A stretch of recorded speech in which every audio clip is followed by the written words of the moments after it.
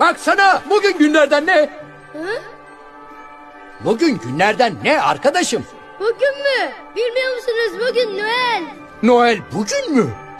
Kaçırmamışım demek. Hayaletler her şeyi tek gecede halletmiş. İstediklerini yaparlar tabii. Merhaba arkadaşım, şu köşedeki tavukçuyu biliyor musun? Herhalde biliyorum. Heh, ne kadar da zeki bir çocuk. Oradaki ödüllü hindiyi satıp satmadıklarını biliyor musun peki? Küçük olanı değil, büyük hindiyi. Benim kadar kocaman olan mı? Sen ne kadar da şirinsin ya. Evet evlat o. Şu anda orada asılı. Öyle mi? Hadi git al onu. Hadi be.